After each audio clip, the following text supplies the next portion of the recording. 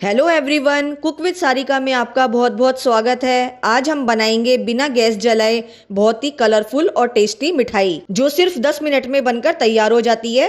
बिना मावा, बिना चाशनी, बिना खोया आप इस मिठाई को बनाकर तैयार कर सकते हैं। तो आइए आज देखते हैं कि हम इस मिठाई को कैसे बनाएंगे।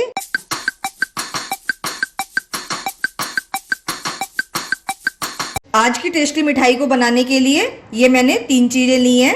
ये मैंने लिया है मिल्क पाउडर 1 कटोरी मैंने लिया है नारियल का बुरादा डेसिकेटेड कोकोनट, और साथ में ये मैंने लिया है पाउडर शुगर 1/4 कप। ये मैंने एक छोटा कटोरी पिसी हुई चीनी ली है जिसको मैंने मिक्सी में पीसकर इस तरह से इसका पाउडर बना लिया है चीनी का।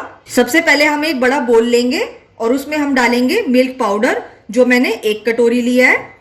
आप कोई भी कटोरी, कोई भी कप इसके लिए सेट कर सकते हैं। साथ ही मैंने 1 कटोरी लिया है डेसिकेटेड कोकोनट। इसके साथ ही हम इसमें डालेंगे 1/4 कप चीनी का पाउडर।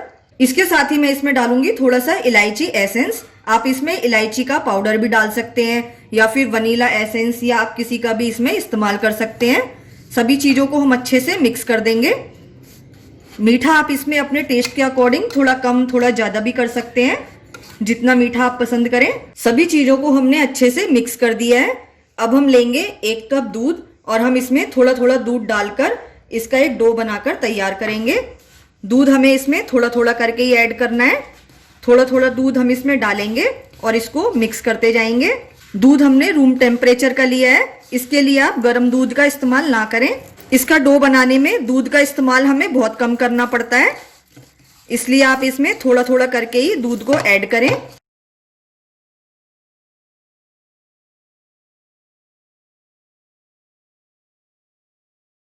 मैंने इसका इस तरह से एक डो बना के तैयार कर लिया है। एक सॉफ्ट डो इसका बनके तैयार हो गया है। मैंने 1 कप दूध लिया था जिसमें से हमें थोड़ा ही दूध का इस्तेमाल हुआ है और बाकी हमारा दूध जो है वो बच गया है। अब हम हाथों में थोड़ा सा देसी घी लगाएंगे और अपने डो को हम इस तरह से प्लेन कर लेंगे हाथों में थोड़ा सा घी लगाकर। जब आप हाथों में थोड़ा सा घी लगाएंगे तो डो जो है वो आपके हाथों में बिल्कुल भी चिपकेगा नहीं। इस तरह से हाथों पर थोड़ा सा देसी घी लगाकर मैंने डो को पूरा अच्छे से इकट्ठा कर लिया है। देखिए हमारा कितना बढ़िया सॉफ्ट डो बनके तैयार हुआ है।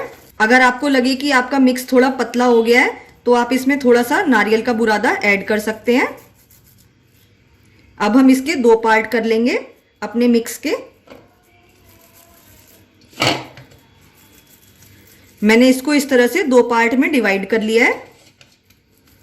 क्योंकि हम अपनी मिठाई कलरफुल बना रहे हैं इसलिए मैंने इसके 2 पार्ट करे हैं। अब हम अपने एक पार्ट को प्लेट में रख देंगे अलग, और जो दूसरा पार्ट है उसमें हम थोड़ा सा कलर मिलाएंगे। ये मैंने ग्रीन कलर लिया है सूखा वाला, और मैंने इसको हल्के से पानी में इस तरह से घोल लिया है ग्रीन कलर को। आप इसको किसी भी कलर में बना सकते हैं, जिस कलर में भी आप इसको पसंद करें, और इसको हम अच्छे से मिक्स कर लेंगे।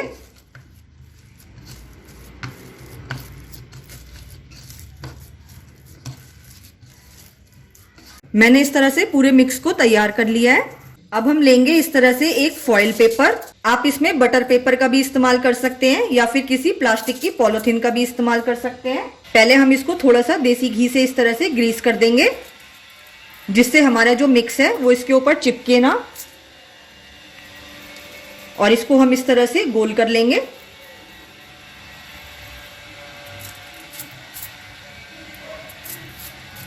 इस तरह से अपने मिक्स को मैंने इसके ऊपर रख दिया है फॉइल पेपर के ऊपर, और एक बेलन की सहायता से हम इसको बेलेंगे। बेलन पे भी हम थोड़ा सा घी लगा लेंगे।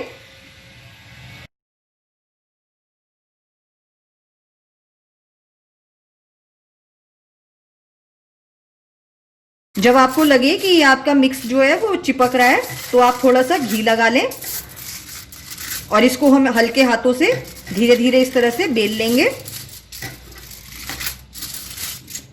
देखिए जिस तरह से हम परांठा बनाते हैं बिल्कुल उसी तरह से मैंने इसको बेल के तैयार कर लिया है, और हाथों से हम इसको इस तरह से अच्छे से गोल कर देंगे। मैंने इसको इस तरह से बेल के तैयार कर लिया है जिस तरह से हम परांठा बेलते हैं। अब हम इसके ऊपर लगाएंगे थोड़े से ड्राई फ्रूट्स बारीक कटे हुए। ड्राई फ्रूट्स लगाना बिल्कुल ऑप्शनल है, आप इसको प्लेन भी बना सकते हैं लेकिन जब आप इसको खाएंगे तो जब आपके मुंह में ये ड्राई फ्रूट्स आएंगे तो उससे हमारी मिठाई में बहुत ही बढ़िया टेस्ट आता है। इस तरह से हम ड्राई फ्रूट्स को हाथों से प्रेस कर देंगे जिससे ये इसमें अच्छे से लग जाएं। अब हम इस तरह से फॉइल पेपर लेंगे और इसको इस तरह से हम रोल करेंगे।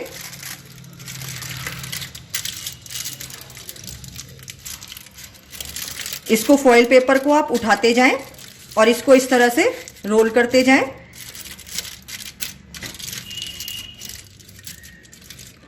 इस तरह से हमें फॉइल पेपर को आगे खींचते रहना है और इसको रोल करते जाना है।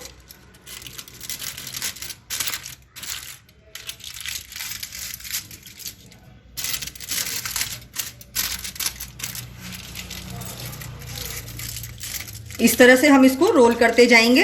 हमें इसको एकदम टाइट रोल करना है और फॉइल पेपर को हमें आगे खींचते जाना है।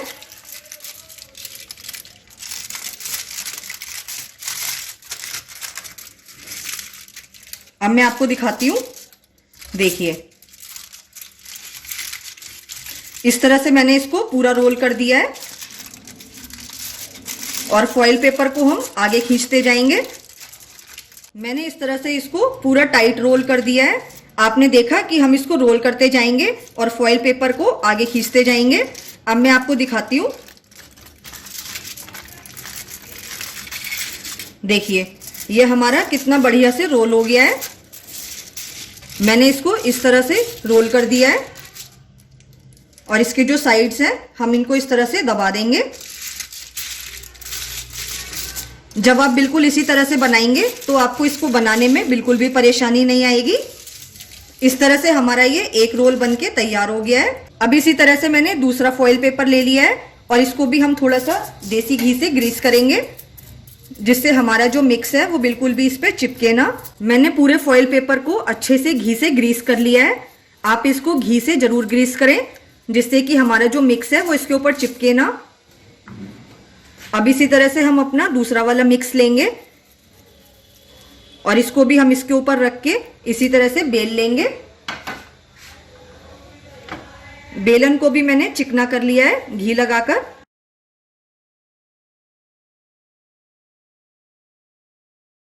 हल्के हाथों से हम इसको भी इसी तरह से बेल लेंगे। आप इसको घुमाते जाइए फॉइल पेपर को और धीरे धीरे बेलते जाइए।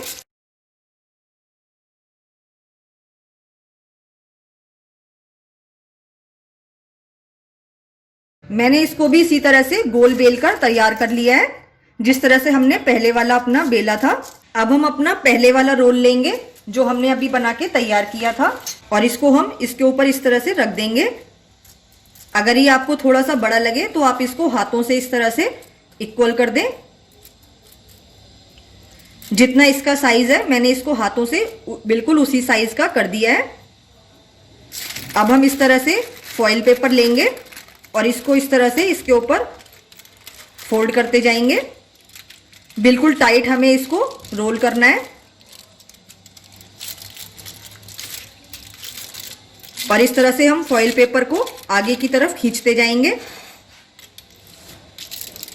फिर आप इसको इस तरह से दोबारा से करें फोल्ड और फॉइल पेपर को आगे की तरफ खींचते जाएं।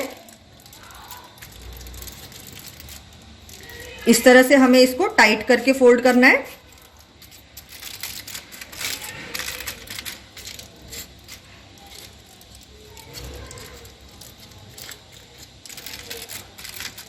फॉइल पेपर को हम आगे खींचते जाएंगे। मैंने इसको इस तरह से टाइट हाथों से अच्छे से रोल कर दिया है और हम फॉइल पेपर को आगे की तरफ खींच लेंगे। अब मैं आपको दिखाती हूँ कि हमारा जो रोल है वो कितना बढ़िया हुआ है, देखिए। और जो इसके साइड्स हैं इसको हम हाथों से इस तरह से प्लेन कर देंगे। इसकी जो शेप है अगर आपको लगे थोड़ा बिगड़ रही है तो आप उसको हाथों से ठीक कर सकते हैं। देखिए हमारा कितना बढ़िया रोल बनके तैयार हुआ है। अब हम अपने रोल को चांदी वर्क से डेकोरेट करेंगे। अगर आपके पास हो तो आप इसको इससे डेकोरेट कर सकते हैं, नहीं तो आप इसको किसी भी तरह से गार्निश कर सकते हैं। लेकिन बिल्कुल बाजार वाला लुक देने के लिए मैं इसको इस तरह से चांदी के वर्क से डेकोरेट कर रही हूँ। मैंने इसको चांदी वर्क से इस तरह से डेकोरेट कर दिया है। अब हम इसको इस तरह से फॉइल पेपर में अच्छे से रैप कर देंगे।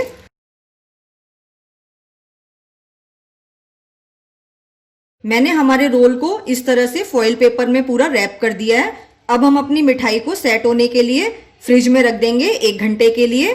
फिर उसके बाद मैं आपको दिखाती हूँ कि हमारी मिठाई किस तरह से सेट हुई है। 1 घंटा हो गया है, मैंने हमारी रोल मिठाई को फ्रिज से निकाल लिया है। देखिए हमारी जो मिठाई है वो बहुत अच्छे से सेट हो गई है। अगर 1 घंटे में मिठाई आपकी अच्छे से सेट ना हो तो आप इसको 2 घंटे 3 घंटे भी रख सकते हैं। सबसे पहले हम इसके कॉर्नर्स को अलग कर देते हैं। देखिए हमारी मिठाई कितनी बढ़िया बनके तैयार हुई है। इसी तरह से मैं इधर से भी इसके कॉर्नर को अलग कर देती हूं।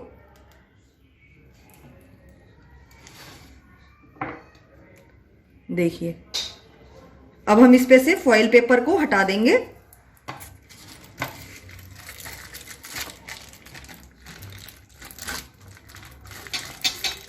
हमने फॉइल पेपर को इसमें से हटा दिया है। अब हम अपनी रोल मिठाई को कट करेंगे।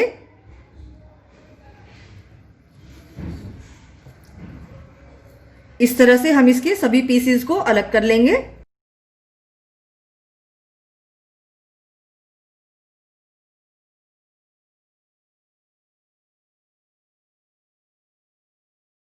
मैंने इस तरह से अपनी मिठाई के सारे पीसेस को कट कर लिया है। देखिए कितनी सुंदर लग रही है हमारी मिठाई। जब आप इस तरह से मिठाई बनाएंगे तो कोई कह ही नहीं पाएगा कि ये आपने घर में बना के तैयार की है। बिल्कुल लग रही है ना एकदम मार्केट जैसी, कि आप इसको मार्केट से परचेज करके लाए हैं। एकदम वही लुकिंग, और ये खाने में भी बहुत ही ज्यादा टेस्टी लगती है और सिर्फ 10 मिनट में बनके तैयार हो जाती है। इस मिठाई को बनाने में हमें बहुत ज्यादा कोई सामान की भी जरूरत नहीं होती है। बहुत ही आसानी से आप इस मिठाई को घर में बनाकर तैयार कर सकते हैं। तो इस बार आप दिवाली पर इस तरह से मिठाई बनाकर जरूर ट्राई कीजिए। अगर आपको मेरी ये रेसिपी पसंद आती है तो इसको लाइक कीजिए और सभी फ्रेंड्स के साथ शेयर कीजिए और मेरे चैनल को सब्सक्राइब कीजिए।